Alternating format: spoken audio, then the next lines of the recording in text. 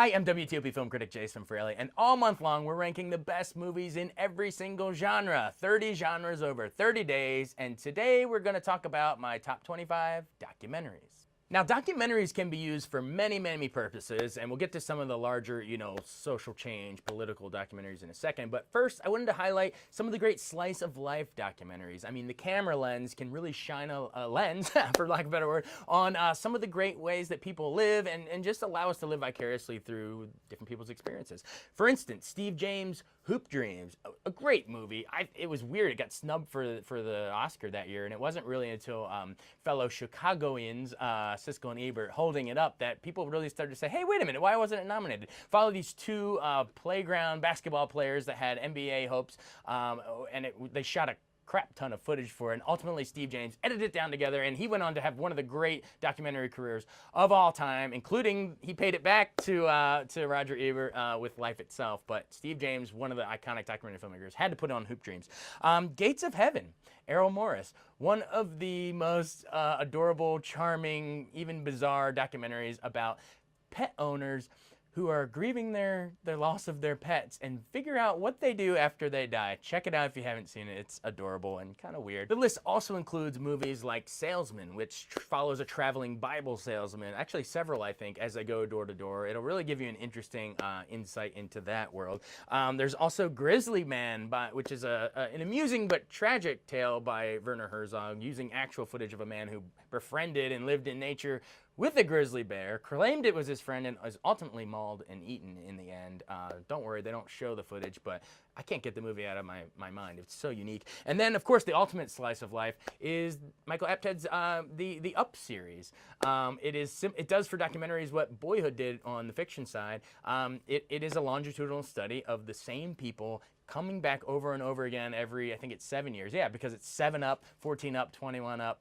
There's 56 up. I think they're up to now. And I can't wait to just see them keep doing it. The ultimate slice of life doc. Now, when you think documentary, you think the power to kind of expose a lot of government corruption that's going on. And we kept the list a little bipartisan. On the Bush administration side, we have the movie, Alex Gibney, we had to represent him, but Taxi to the Dark Side, exposing a lot of our torture practices post 9/11.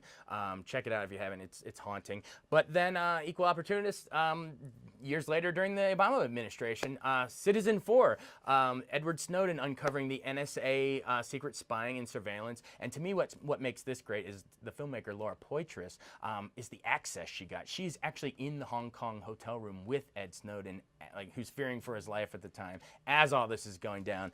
It just kind of reminds you of how documentaries can really shine a light on what used to be government secrets back in the old day. If they were documentary filmmakers back in the day, maybe we would learn a lot more, but thankfully we have them now. Now, while we just talked about political documentaries, we also wanted to include social change documentaries, and I know one influences the other, but here's where we wanted to include movies like Blackfish, which exposed the horrible treatment of killer whales at SeaWorld, and actually got that portion of SeaWorld shut down, so they no longer can have those animals in there because it exposed the horrific treatment of them, and it actually is a nice proof of documentary's ability to change real-life events. Along similar lines, Titicut Follies. I don't know if you guys have ever seen this, middle of the 20th century, black and white. But think of a real-life One Flew Over the Cuckoo's Nest, where hidden cameras went into a mental institution and showed the horrific treatment of the patients there. It is really emotional, powerful stuff. An Inconvenient Truth. Don't throw daggers at me. Let's table Al Gore for a second. That's way too polarizing. But don't think Gore, think Guggenheim, as in Davis Guggenheim, one of the most important documentary filmmakers going today. I had a chance to interview him about the Malala doc, but I think this was probably his most iconic, famous work. And, we can set aside political differences for a second here and just at least talk about the flag that it planted on the issue of climate change. Yeah, maybe the doc, we've learned a lot more since then. Maybe, we can debate some of the stats and stuff in there. But in terms of getting out ahead of the curve on an issue that a lot of us, especially scientists, now accept that, look around, the weather's going nuts these days. It's one extreme to the other. I think this movie was ahead of its time, so good on Davis Guggenheim. And then equally political, you got to have a Michael Moore movie here, right? When you think today's documentary filmmakers, you got to put him on there. But of all the movies he made, I think Fahrenheit 9/11, of course, was huge, but maybe a little too politically polarizing. To me, I think his most important one was Bowling for Columbine.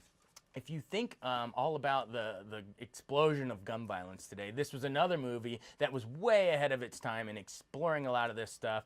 I mean, you think about all the stuff that's happened from Columbine to Newtown to the Charleston Church to the Aurora movie theater. I mean, it goes on and on and on. Just recently in Annapolis. I mean, it goes on and on. I think it's the crisis of today. And here is this movie, decades ago, talking about it and put Michael Moore on the map. He still pops up, and he was probably the one person that predicted Trump to win. So he's always sort of ahead the curve and ahead of these, and now he's talking about Flint, Michigan in the water. I mean, he's always talking about these issues.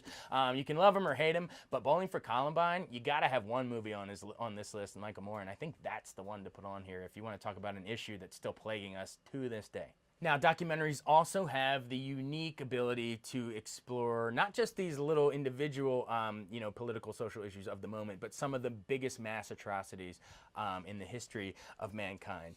So I set it up at unlucky number 13. I had to put it on here. I had to put on in terms of, I mean, it's a horrific movie, but similar to how we would include Birth of a Nation on the list later in the silent movies, you have to put Leni Riefenstahl's Nazi propaganda film Triumph of the Will. Horrific in its message, but if you want to study how shots and images and how looking up at the leader, the most evil man of all time, if you want to look at how it can be used as propaganda, you have to watch Triumph of the Will. And then, just only fair, right after it, at number 12 on the list, I wanted to put Shoah, the Landsman's amazing, I think it's like 8 or 9 hour treatise on the Holocaust. I wanted to put it above Triumph of the Will on the list for that reason. Pair them together and you have to watch them. Right after that, The Act of Killing, Joshua Oppenheimer. He actually came right in this exact studio to talk about the movie. It's another mass killing in Asia this time, and I'm telling you, this movie, it stuck with me. Watch it, The Act of Killing, because they actually get the dictator who killed thousands of people. They actually get him to regret it. They kind of set him up on camera to think he's gonna go through a nostalgic ride through it, and by the end he has these involuntary dry heaves when he revisits the place where all the killings occurred. It's called The Act of Killing. When he starts dry heaving, it will give you this sick feeling in your stomach, but also act of triumph that this documentary filmmaker, this gutsy, ballsy dude, Joshua Oppenheimer, got a dictator to dry heave over his sins. It's unbelievable. And then, of course, Night and Fog, which I'll talk about more in a second in our top slot discussion, but yeah, we'll talk about it here. The top of my list was Alan Renee's Night and Fog. It is a horrific documentary about the Holocaust. It actually takes us, I think it came out 55. Yes, it's 10 years, exactly 10 years after the end of World War II.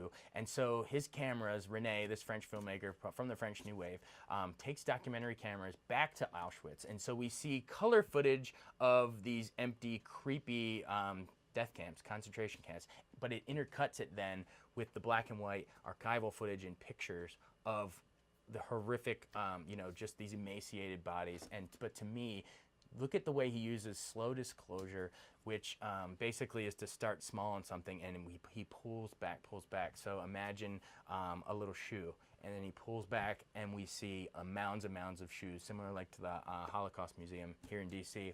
Another image, we start with a little clip of hair, and we pull back, and it's literally a mountain of hair of all of these Jews that were exterminated at the camp. I think it's the most powerful piece of documentary filmmaking I've ever seen, so I put that at number 1. Number 2, just in behind it, is Errol Morris's deeply influential The Thin Blue Line, not to be confused with Terrence Malick's The Thin Red Line, which was a war movie, but The Thin Blue Line, which actually got a man off of death row. It was that powerful, accused of killing a police officer in Texas, and he's in jail when this movie comes out, mind you. Errol Morris sets out to make this movie and exonerates him. The movie comes out and he actually gets out. How awesome is that? I mean, we've seen all these true crime things like The Jinx and Making a Murderer now, even The Keepers. Oh, that freaked me out. But Errol Morris started it all, The Thin Blue Line, and sadly it wasn't even considered for Best Documentary at the Oscars because He used reenactments. Okay, everything uses reenactments now. But they were like, is this a docudrama or what do we do with this? You know, similar to the Nanook of the North conversation.